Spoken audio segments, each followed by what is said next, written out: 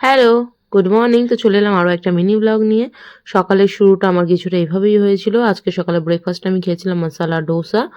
তো এরকমভাবে আমি ডোসা বানিয়ে নিয়েছিলাম। আর ডোসাটাকে বেশ ক্রিস্পি হয় কিন্তু খেতে। আমি এখন পারফেক্টলি ডোসা বানাতে পারি। আর খুব টেস্টিও হয় ডোসাটা খেতে। আর আলুর পুরটা কিন্তু একটাতে দিয়েছিলাম আর বাকিগুলো বাইরেই রেখেছিলাম। খেয়ে দিয়ে চলে গেলাম আমাদের প্রশাসনিক ভবনে। কেন কি আজকে এখানকার এনটিপিসির কিন্তু ৫০ বছর পূর্ণ হয়েছিল। তো এনটিপিসির বার্থডে উপলক্ষে এখানে কিন্তু প্রোগ্রাম ছিল। দিয়ে ওখান থেকে ফেরার পরে কিন্তু আমি পুজো দিয়ে নিয়েছিলাম। আর এইখানে আমি আমার গোপালের স্নানের জল রেডি করে নিয়েছি। আর এইখানে হালকা হালকা ঠান্ডা পড়ে গেছে বলে আমি কিন্তু গোপালকে এখন সোয়েটারও পরাই। তো পুজো করে নেওয়ার পর রান্না করে নিয়েছিলাম। রান্নায় লাঞ্চে আজকে ছিল আলু দিয়ে ছোলার ডালের বড়ার তরকারি।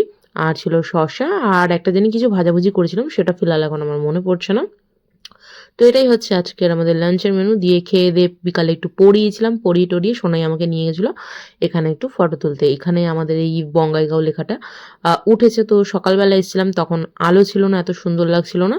এই সন্ধ্যেবেলা কিন্তু সোনাই আমাকে নিয়ে একটু বেরিয়েছিল। আর এখানে কিন্তু সোনাই যে পাওয়ার প্ল্যান্টে কাজ করে তার যে প্রজেক্ট তারই একটা মিনি ডেমো এখানে ক্রিয়েট করেছিল, সেটাই সোনাই আমাকে দেখাতে নিয়ে এসেছিল।